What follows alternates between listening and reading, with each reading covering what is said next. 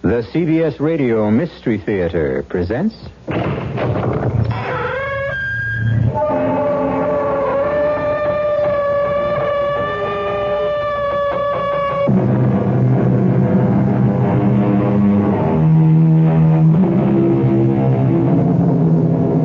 Come in. Welcome. I'm E.G. Marshall. And once again, I invite you to join me as we journey through a strange and mysterious landscape filled with the terror of the unknown. Come as you are. You already own all the necessary equipment. All you need is your imagination. You've heard it said, there is no such thing as the perfect crime, but don't you believe it. History is filled with perfect crimes. After all, isn't every unsolved murder a perfect crime? We have a perfect crime for you to consider. And the ironic part of it is the fact that the murderer had no intention of killing his victim. Indeed, he was completely unaware of his existence. I saw this guy, Katie. Yeah? He had the pistol in his hand. It was still smoking. I knew he did it. I had him dead to rights. Well, Stash, why didn't you make the arrest? Because I couldn't. You see a guy kill somebody, you're a cop, and you don't move in to make the arrest? I was scared. Scared, okay, but you could have called for help. No, they'd never believe me. Why?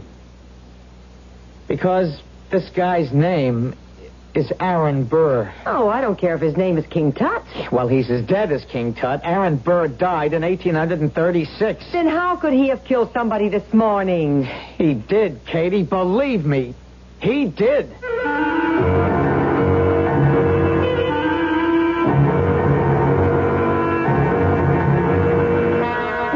Our mystery drama, The Aaron Burr Murder Case, was written especially for the Mystery Theater by Sam Dan and stars Jack Grimes and George Petrie. It is sponsored in part by Buick Motor Division and Contact, the 12-hour cold capsule. I'll be back shortly with Act One. Give your hand to a friend. Give your heart to your loves. But give your cold to Contact. The sooner the better. The common cold is a rotten thing. You miss so much. Sneezing, drips, and congestion can drag you down. Then, ask yourself the Contact question. 6 or 3 or 1. You'd need 6 cold tablets, 2 every 4 hours, or 3 ounces of Cold's liquid, 1 every 4 hours, or just 1 Contact for up to 12 hours continuous relief of those symptoms. That's daytime, then nighttime relief. Both the others have things for aches and fever, and the liquid, something for coughs. Not found in Contact 600 tiny time pills. Give your cold to Contact. 6 or 3 or 1. Take Contact. Only as directed. For some people, falling asleep at night is just as hard as waking up in the morning. If a noisy bedroom clock is keeping you awake, here's good news. True Value hardware stores have something to make falling asleep a little easier. Frank Lieber here to tell you that they have a General Electric Chronotel digital alarm clock. Its large digital numbers rotate smoothly and quietly. They don't flip, so there's no noise to keep you awake. Comes in a compact case, just 7 inches wide, so it'll fit most anywhere. It's just $9.88.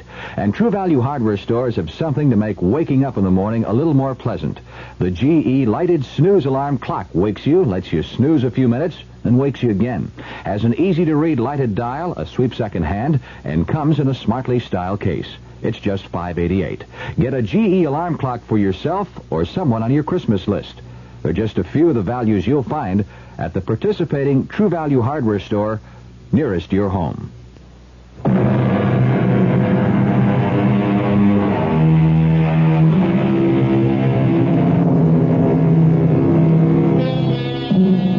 Our tale takes place in the Garden State of New Jersey, in the town of Weehawken. Famous at one time for its ferry to Manhattan. But before that, long before that, Weehawken was notorious for a different activity. A dark, dangerous, deadly, indeed illegal activity. an activity we're about to witness. It is a misty morning. We're on a rocky ledge of the noble palisade that overlooks the majestic Hudson River. Two men, each dressed in dark and somber gray, face one another at a distance of 20 paces. Each man holds a slim but lethal-looking pistol, and each pistol barrel is exactly 11 inches long, as prescribed by the Code of Honor.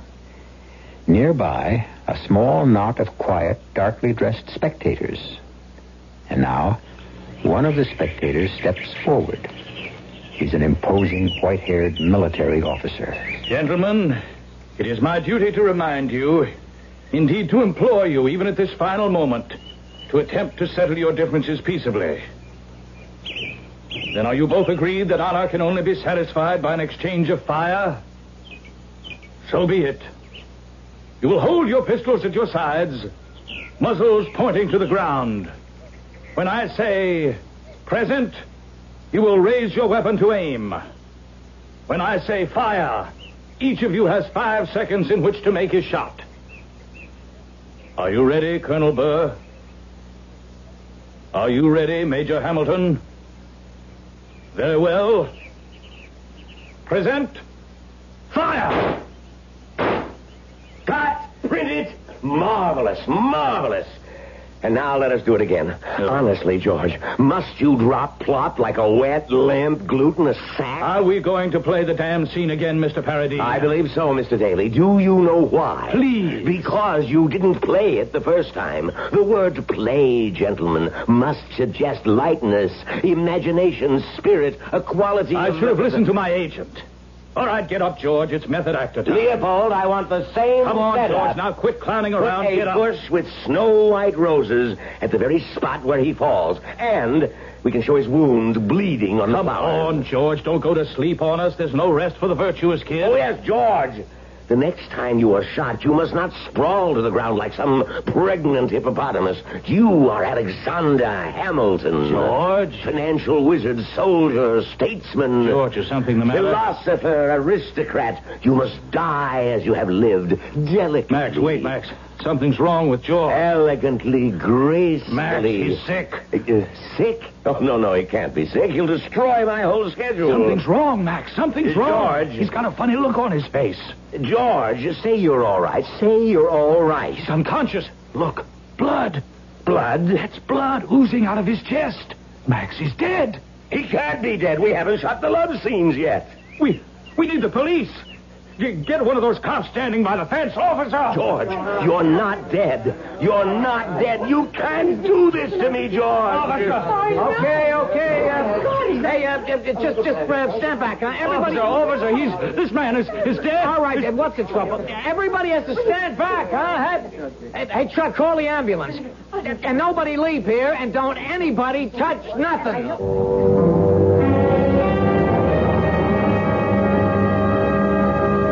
Lieutenant, he was lying on the ground. I didn't think anything of it until I looked very closely, and he was dead. Thank you, Mr. Daly. Is that all? For now. Am I, free to leave, Lieutenant? You're free to go, but you're not free to leave the location, I believe you movie people call it. Thank you. Yes. Swoboda, Yeah, Lieutenant. who's this actor who played the other part? Baron Burr? You seem to be an expert on this picture, Officer Swoboda. Well, I tell you, Lieutenant, I've been watching so much, I think I know everybody's lines. But maybe this is your big chance to get into the movies. No, not me, Lieutenant. You know, when the precinct gave me this special duty, I thought it'd be a piece of cake.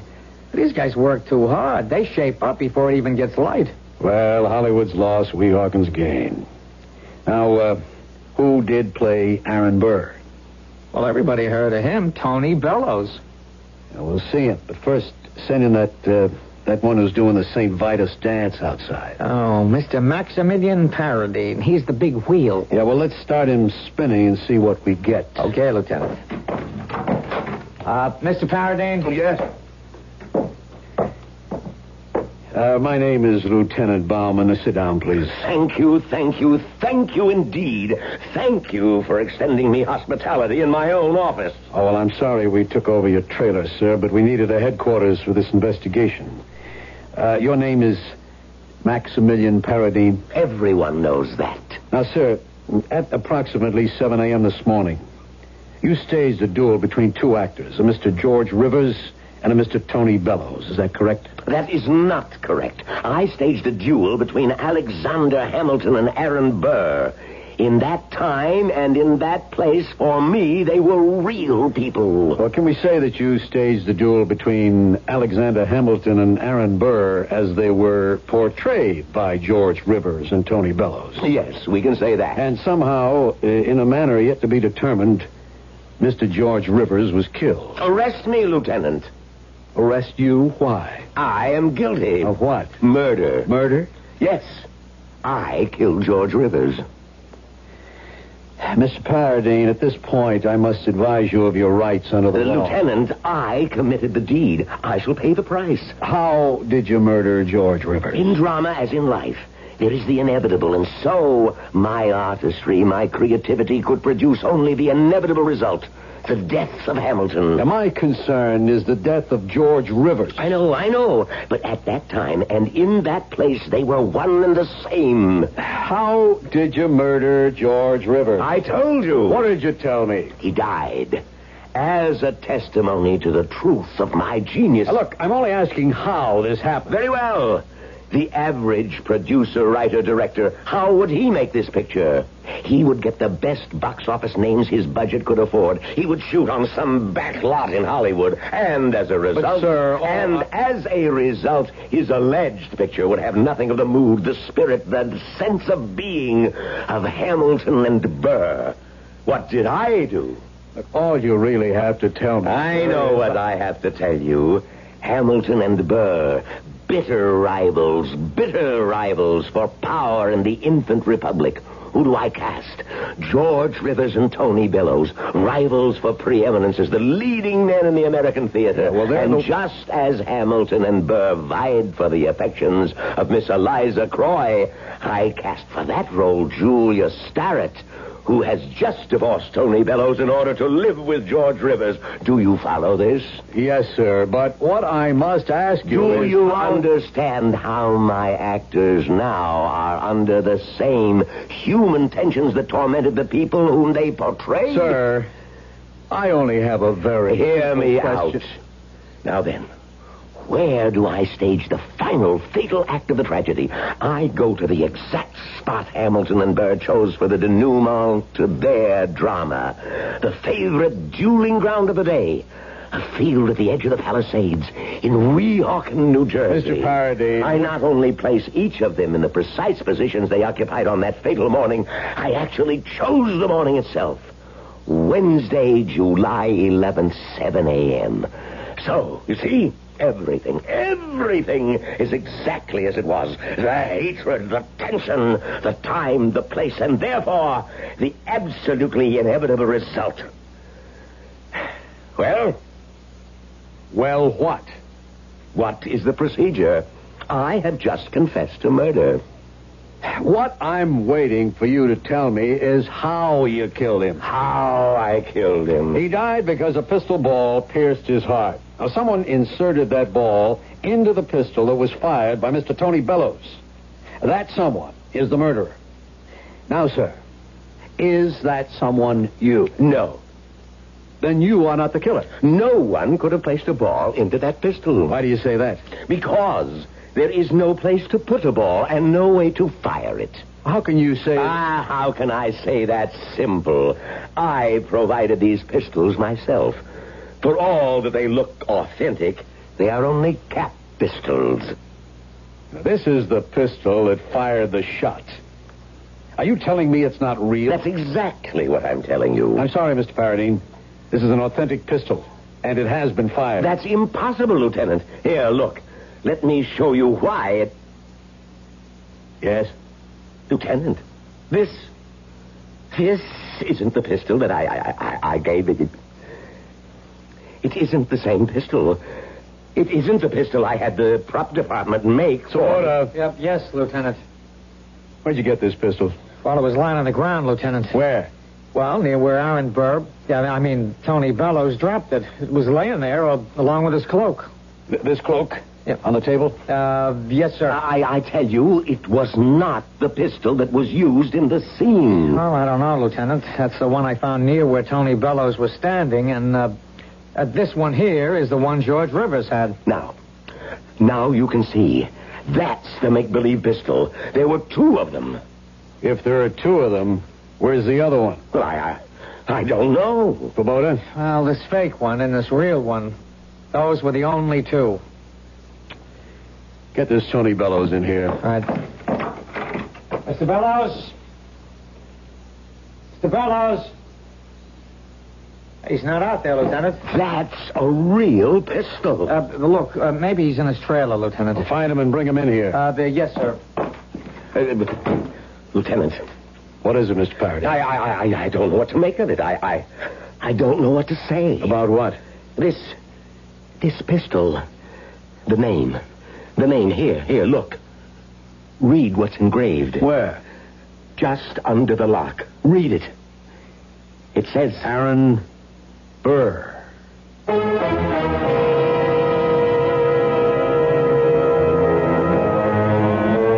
That's what it says. Aaron Burr. Well, you might say, if this is the exact spot, Aaron Burr might have dropped it there or lost it there many years ago, and that's what... But no. This is no rusted, rotted relic. Indeed not. It is a well-oiled, well-kept, well-used weapon. And it has just been fired. But who fired it?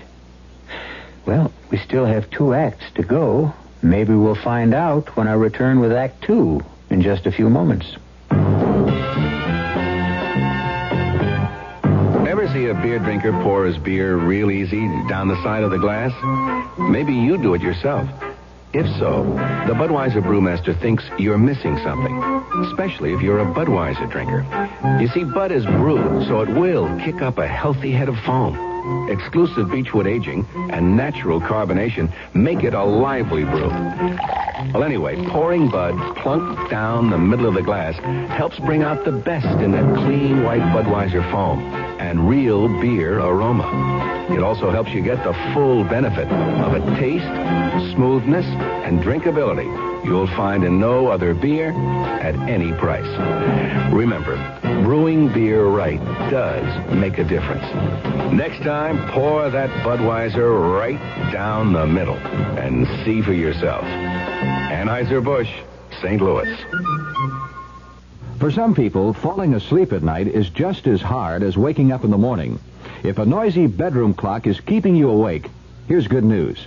True Value hardware stores have something to make falling asleep a little easier. Frank Lieber here to tell you that they have a General Electric Chronotel digital alarm clock. Its large digital numbers rotate smoothly and quietly. They don't flip, so there's no noise to keep you awake. Comes in a compact case, just 7 inches wide, so it'll fit most anywhere. It's just $9.88. And True Value hardware stores have something to make waking up in the morning a little more pleasant. The GE lighted snooze alarm clock wakes you, lets you snooze a few minutes, then wakes you again. Has an easy-to-read lighted dial, a sweep second hand, and comes in a smartly styled case. It's just $5.88. Get a GE alarm clock for yourself or someone on your Christmas list. They're just a few of the values you'll find at the participating True Value hardware store nearest your home.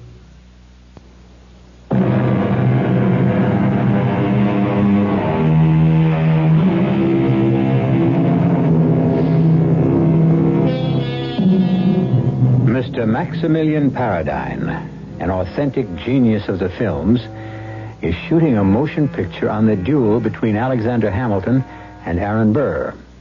And shooting seems to be the literal word for it, since George Rivers, who plays Alexander Hamilton, fell to the ground dead. He is dead because Tony Bellows, who plays Aaron Burr, evidently did not fire the prop pistol, which is a harmless replica, but a real lethal weapon. To complicate the situation, there is a name inscribed on this real pistol. And what is the name? Yes, you're staying with us. It's Aaron Burr. You say, You've never seen this pistol before, Mr. Paradine. But how, Lieutenant? How could I'd like an answer, yes or no. Yes or no is an answer for small minds. To the best of your knowledge, Mr. Paradine, have you ever seen this pistol? No, never. This is Aaron Burr's pistol. How do we know? It says so. His name is on it. How did it get here? You would have to ask Aaron Burr. Lieutenant? What is this, Svoboda? Tony Bellows, the guy who plays Burr, he's gone. What do you mean he's gone? Well, he's nowhere around. Impossible. He has a contract. This is a shooting Now, day. just hold it, Mr. Paradine. Now, when was the last time you saw Mr. Bellows? When? Yes, when? When? We were doing the scene. The camera establishes Mr. Burr. That's Bellows. You must not destroy my concentration. Now, the camera pans to Mr. Hamilton, George Rivers, back to Mr. Burr, on Daly's command, present. He raises the pistol, camera to Mr. Hamilton. On him, the word fire. He falls, discharging the pistol. And where did Mr. Bellows go? Where? Yes, where? I don't know. You don't know? I wasn't concerned with him. I was watching Mr. Hamilton. George played the scene badly.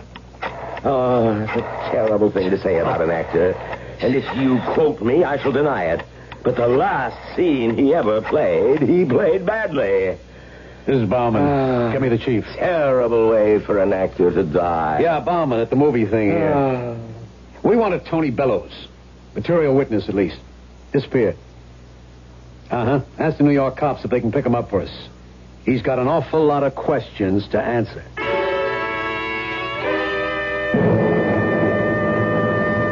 Now, Mr. Daly, you were the closest person to both parties during the dueling scene. Yes.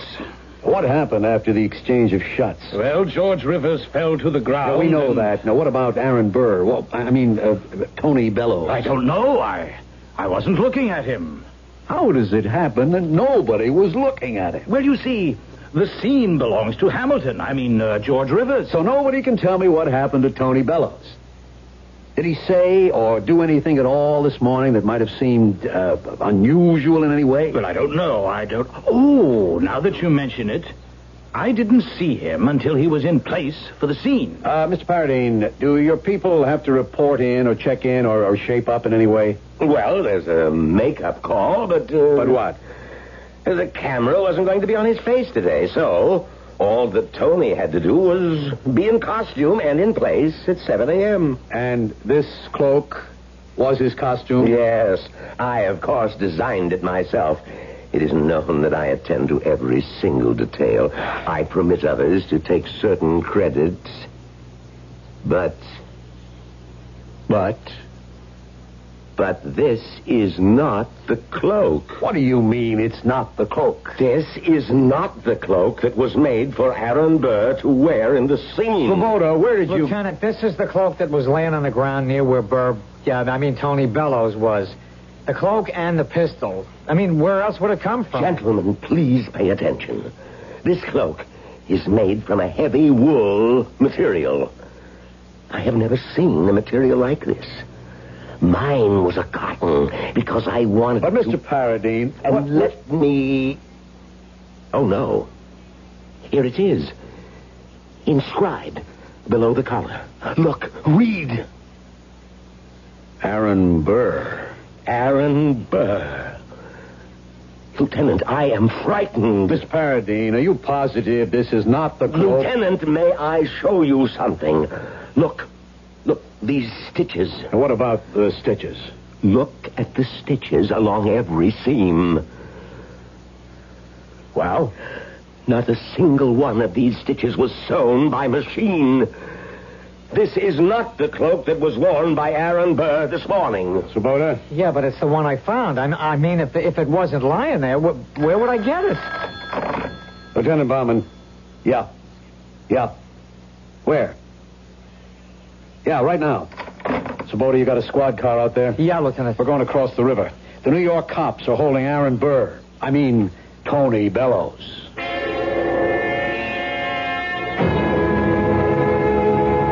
I was here all the time, Lieutenant. Here? Here in my apartment. Now, just a minute, Mr. Bellows. Are you telling me You were not on the set earlier this morning? That is exactly what I'm telling you.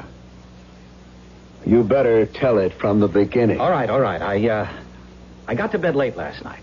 We'd been, okay, I had a few. And the truth is, I did something for the first time in my whole career. I just overslept. I missed my assignment. And? Well, I was awakened by a persistent ringing of the doorbell. I kind of staggered out of bed. I mean, I was hungover, you know, and I opened it, and there was a cop, and he said, "I'm wanted for questioning by New Jersey police in connection with the killing of George Rivers." I didn't even know he was dead. How would I know?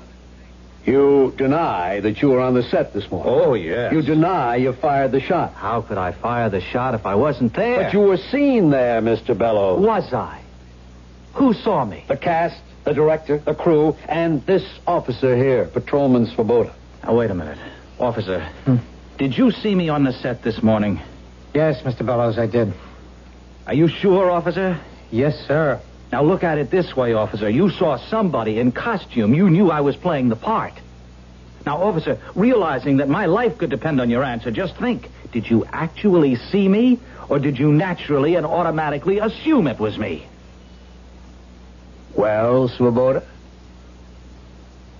Well, Lieutenant, now that it's put that way, I don't know. What don't you know? Well, I don't know if it really was him. I mean, sure, I thought it was him, but I couldn't put my hand on the Bible and swear. But if it wasn't him, who was it? I don't know. Mr. Bellows, have you any objection to coming back with us? No, Lieutenant. None at all. Will you excuse me while I change clothes? I'll just be a minute. Go ahead. Well, Lieutenant? All I know is somebody killed Alexander Hamilton. Now, listen to me. I'm talking like that flaky director. I mean, somebody killed George Rivers. Yeah, but who? Svoboda, you were there. You're a cop, a trained observer. Now, tell me, what did you see? Okay, I'm standing just inside the fence by the gate. I'm with Chuck and Smitty. They're not watching. I am. Okay, it's just about 7 a.m., so there's Hamilton, I mean Rivers, and there's Tony Bellows, and they're ready to shoot. When was the first time you saw Tony Bellows? Yeah, well, that's just it. Now I can't be sure it was Tony Bellows. Okay, when was the first time you saw someone that looked like him? When? Well, just then. You mean you didn't see him on the set before? You didn't see him come out of the dressing room trailer? No, Lieutenant. Okay. They play the thing. They shoot. Now what? Well, I'm watching Hamilton. Yeah, I mean Rivers. I say to Smitty, I bet she makes him play it again. But Bellows, Tony Bellows, what about him? Yeah, I don't know. I'm not looking at him. Then there's all the noise and the commotion, and I run over there. George Rivers is dead. And all through this, you don't see Bellows? No, sir. We put in a call for the ambulance. And there's no sign of Bellows? Well, I don't see him, but I'm not looking for him. So you bring in the pistol and the cloak? The cloak. Now that you say it, something's bothering me. Before the shots, he's wearing a cloak, but after the shots, right after, I think, he's not wearing it. Now, why would he take it off? Svoboda, how would you know? You said you weren't looking at him. You were looking at Hamilton. Yeah, Lieutenant, but you don't have to look at somebody to be aware of him. You know what I mean? And I'm aware of the fact that he's not wearing a cloak. And I see him toss away the pistol, and I think there's another guy. What other guy? Who? I don't know. Another actor? I don't know. It don't look like any of the other actors. Who did it look like? It was something red. What are you talking about? Red? Why should I be thinking of the color red? Svoboda, this other guy. Who? If there really was another guy. Svoboda, don't you go kooky on me now. I'm trying to think, Lieutenant. I'm trying to remember.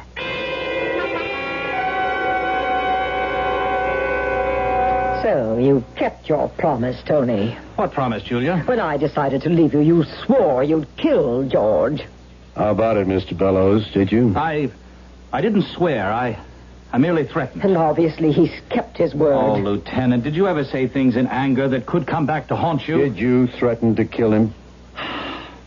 Yes, I suppose I did. He killed George because it was the only way. What only way? The only way to get rid of him. Why would I want to get rid of George Rivers? Because it had become obvious to anyone with even the slightest knowledge of theater that George was the more accomplished, the more versatile, the better actor. That is not true. To call the silly, mannered posturings of George Rivers acting is the height of stupidity. And then, of course, there's me.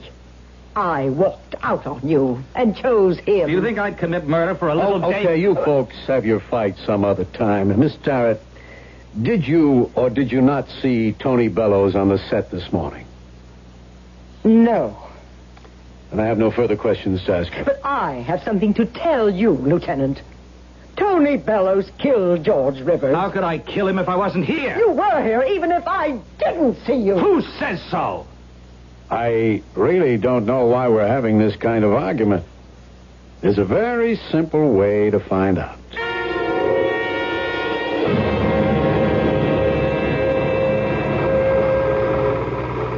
Hold it right there. No, it's no good, Mr. Paradine. You can't see his face. Ah, but you can see the cloak and the pistols so clearly. But I want his face. Keep the projector going. Is there any more film? Yes, Lieutenant, plenty of film, but nothing that will show you the face. How could you shoot a duel and not show the face of Are one you of the... telling me how to stage a dramatic scene? Well, it would seem to me that simple. Common sense would dictate. Everybody is a director. Now, look, there are two people in the duel. Why show only one face? Because you do not dilute the drama. If you were to show both, the concentration of the audience... If you'd have shot both faces, I'd have been able to prove that Tony Bellows was or wasn't here. I cannot be expected to destroy a dramatic scene for the benefit of the Weehawken, New Jersey Police Department. Now, look. Somebody played that scene with George Rivers this morning.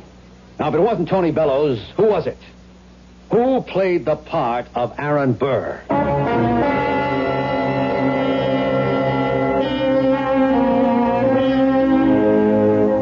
All right. Who? Let us be completely objective. Let us, as they say, review our options. First, despite what he says, it was Tony Bellows. Second, it was Aaron Burr. Yes, Aaron Burr, dead and gone these many years, but Aaron Burr all the same. Third, oh, well, see if you can figure it. And I'll be back in a few moments with the third act to check you out. Been all over town and you can't find what you're looking for. Stop all that chasing around. What you're looking for is gonna get found. At Gabbert's, you'll find your home at Gabbert's. You'll find a world of wonderful things waiting for you at Gabbert's. We'll let you in on a secret Christmas place. It's at Gabbert's. Gabbert's exciting accessory department, where every item is an exciting gift idea. Thousands of gift ideas in every price range. But help us keep Gabbert's accessory department a secret. See, that way, we can always park easily and shop without pushing. Because if everybody knew about Gabbert's accessory department, well, everybody would want to shop there. Gabbert's. You'll find your home at Gabbert's. Gabbert's. Gabbert's first ever sale now through Saturday, November 30th. Up to 50% savings. Midway Road north of LBJ 635. If you take a look at the new 1975 cars, it doesn't take long to notice the European influence is strong. And to be sure, there are some new American cars that rival the Europeans, one being Buick's new Skylark SR. But don't consider a Skylark SR because of its touring car interior or its rather rakish profile. Consider it because it's a Buick, possessing many of Buick's nicer innovations, like the new Buick V6, a peppery little engine that spits out a plentiful amount of torque while sipping a surprisingly small amount of gasoline. And if you wish, Skylark SR can abound with creature comforts seldom found on cars this size, with available items like Cruise Master speed control, AM/FM stereo. But you've heard enough. Now you need to see and drive a Skylark SR. And try to remember, it's not a European touring car. It's a Buick. There's a new plan in town for personal banking, and it's a grand plan. In fact, that's the name of it. The Grand Plan from Lakewood Bank and Trust. It's a special plan to reward you for keeping $1,000 or more in your regular savings account. As a member of Lakewood's Grand Plan, you will get 6 free banking services, including no service charge checking, as many free personalized checks as you need, and free emergency overdraft protection. The Grand Plan doesn't cost you money. It makes you money. It really is free. There's no monthly fee, and you don't have to apply for a bank credit card. On top of all the free services, you naturally receive the maximum interest on your savings. And at Lakewood, the interest is compounded every day. So find out all about Lakewood's Grand Plan for personal banking. Call or come by and see your accommodating banker at Lakewood Bank and Trust, Gaston at La Vista, member FDIC.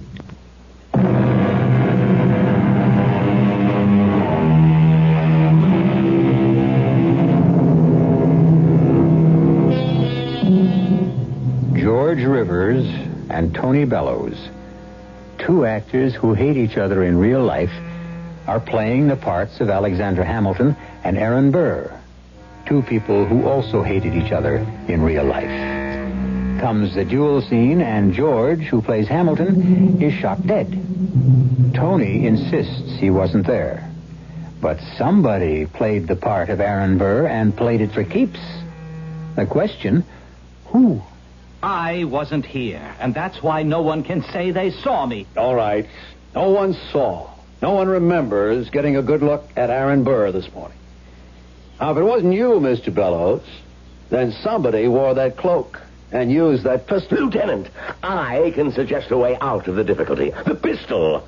Whose fingerprints are on it? Things don't work out as conveniently for the police as they do for the movies, Mr. Paradine. There are no fingerprints on it. Lieutenant? Yes, Swoboda? Red hair. Why do I remember a guy with red hair? Bright red hair. Mr. Paradine? Anybody with red hair in the company? Red hair? Yeah. No. My philosophy is to use a redhead only as a lead. You see, if anyone else had red hair, it would... Yeah, I know. It would detract. What about this guy with red hair, Swoboda? I don't know. I'm just trying to put it together in my own mind.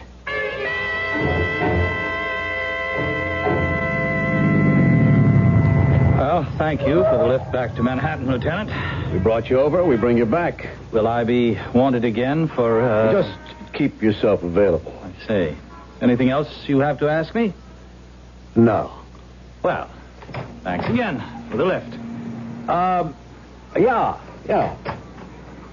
How have you been getting back and forth from here to Jersey? Oh, there's nothing to it. By car, get onto the West Side Highway, into the Lincoln Tunnel, and there I am in Weehawken. And, how long does it take you?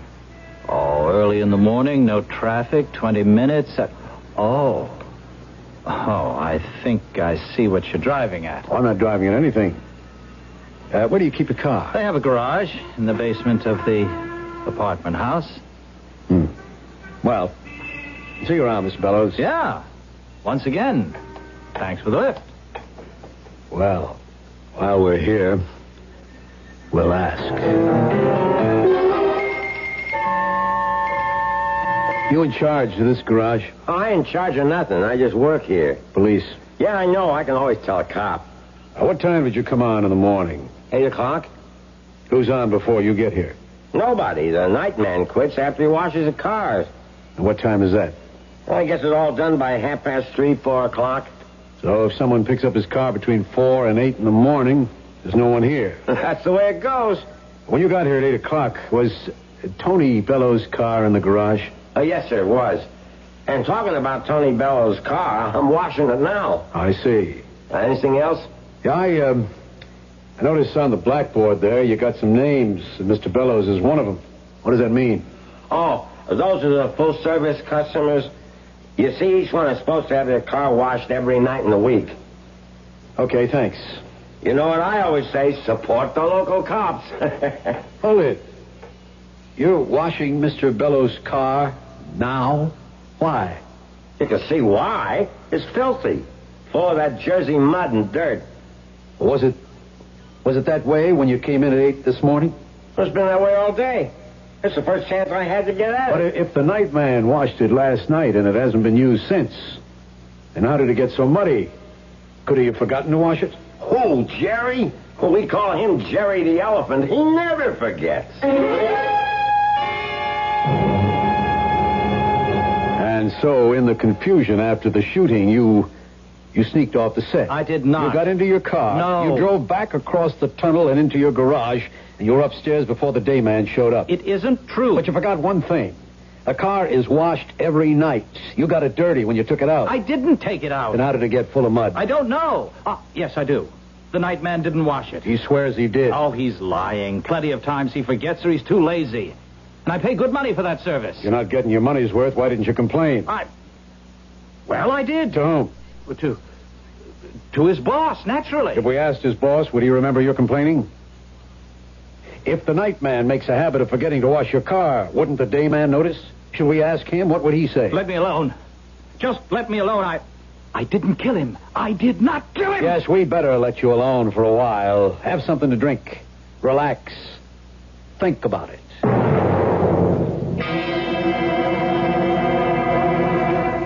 Mr. Svoboda? Huh? Oh, what is it, Mrs. Swoboda? Well, how does it happen you're not in bed? I wake up and there I am all by myself. Katie, I'm scared. Oh, what's the matter? I can't explain it. Well, try.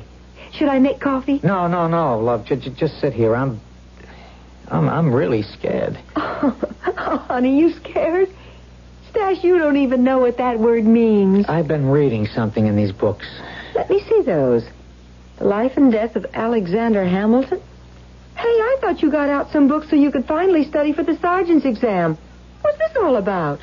How did I know, Katie? How did I know? How did you know what? Exactly how it happened. How what happened? How Burr killed Hamilton. I've been reading these books all about that duel, the reports, the eyewitness accounts, and they all agree on what I saw. Well, what do you think you saw? I saw Burr, Aaron Burr, just before the duel, while he was waiting, slip off his cloak. And then I remember the look on his face after he fired his pistol. No, Stash. No, shush. He was scared. I guess he really didn't mean to kill Hamilton, and he just threw away the pistol. And he was about to rush over to where Hamilton fell, and this red-haired man stopped him. Stopped him? Just held him. And he then started walking Burr away. And? And that's all I saw. Nobody else saw a red-haired guy, but I did. And you know who he was? Who? All right, Burr has a second. You know, a guy to back him up, huh? Uh-huh. And this guy's name was Van Ness. And he had red hair. So? Well, what does that mean? Do you realize what I saw? I saw it exactly as it happened, as it took place on Wednesday morning at 7 o'clock on July 11th, 1804. Well, I saw the real duel. And somehow the real Aaron Burr fired, and the bullet hit George Rivers, the actor. Oh. Katie, I saw it. Well, I'm not saying you it's didn't. the only way to explain it. The only way it could have happened. Sash, if the duel took place in 1804, how Look, could... Katie, it's like if you can duplicate all the exact conditions, you can maybe... Okay, Stash. Look, they're going to hang it on this Tony Bellows. But, darling, he did it. No, Katie. Aaron Burr did it. That's what happened. That's the crazy thing that happened. But what can you do about it? I got to tell Bauman. No, Stash, don't. But Tony Bellows is innocent. You tell that kind of story to Bauman. You know what they'll do? It doesn't matter. If you know the truth, you got to tell it. But you don't know it's the truth. All right, look, here in this book. You see what the guy writes? And when Burr saw that he had killed the precious enemy, he threw his pistol away as if it were a thing unclean and started to rush toward his fallen friend and foe. And only the red-haired Van Ness, who, fearing for Burr's safety, managed to spirit him away. So? That's what I saw. That's what I saw. How he threw away the pistol, how he wanted to run to Hamilton. That's what the man's writing about. And you say you actually saw Aaron Burr? It's the only thing that makes sense, Lieutenant. And somehow they were back in 1804. Yes, Lieutenant. And as the bullet flew from the real Aaron Burr's pistol, it somehow killed George Rivers. Yes, Lieutenant. Well, what do you suggest we do? We have to do something to help Tony Bellows. No, I mean, what do we do about you, Svoboda? Me? I can forget it. Forget it? You're a good cop. Lieutenant, do you think maybe Look, cops are human like everybody else. We're not supermen. But I'm not nuts. I saw it. I saw Aaron Burr. How are things at home, Svoboda? Oh, look, Lieutenant. It's tough to be a cop's wife, so sometimes a guy feels a lot of pressure. Lieutenant, everything is just great at home. And you take a lot of flack. People make remarks. A cop is everybody's favorite target. You know, they used to call us flat-feet and bulls. Today, we're pigs and fuzz. It can get to a guy. Lieutenant, all that rolls off my back. I know what I saw. You want to go on sick leave? Oh, is that how it is? How else can it be? Oh, okay. Say that Bellows did kill him. How can he expect to get away with it?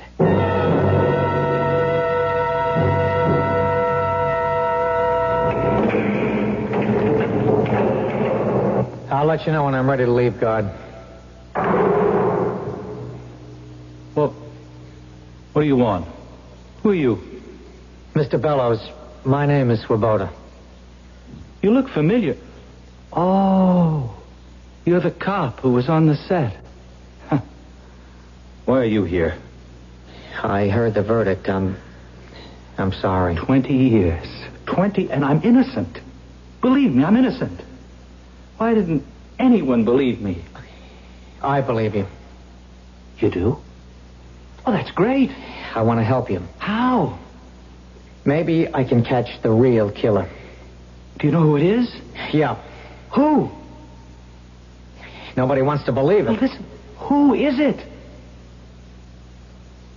It's Aaron Burr. Aaron Burr? Yes. Oh. Well, thanks a lot for dropping by, officer. I really appreciate it. It's true. Oh, sure. I can't tell my superiors about it because they'd never buy it. Well, no, of course not. But I'm going to work on it independently. Yeah, you do that. I just came by here to tell you that you still have a chance. Not much of a chance, but it's all there is. Oh, that's great. What is it? Well, the next time that July 11th falls on a Wednesday, I'll be there. At that field at 7 a.m. And when Burr shows up for the duel, I'll try to arrest him for the murder of George Rivers.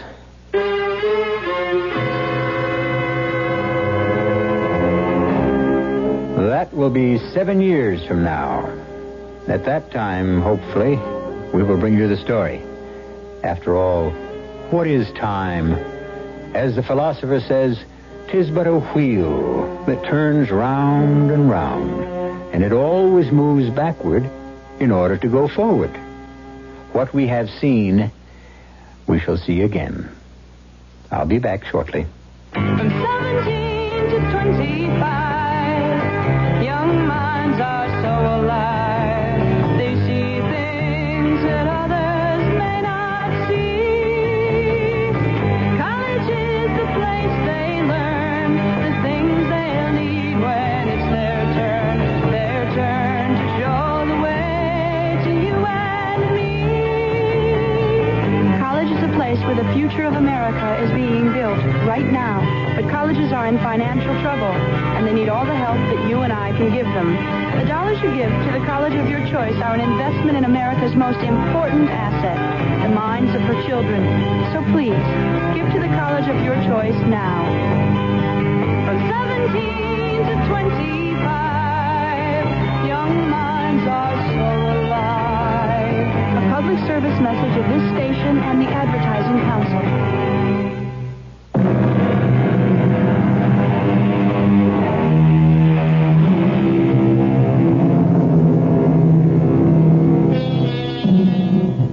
Was Mr. Mr. Tony Bellows really home asleep during the duel?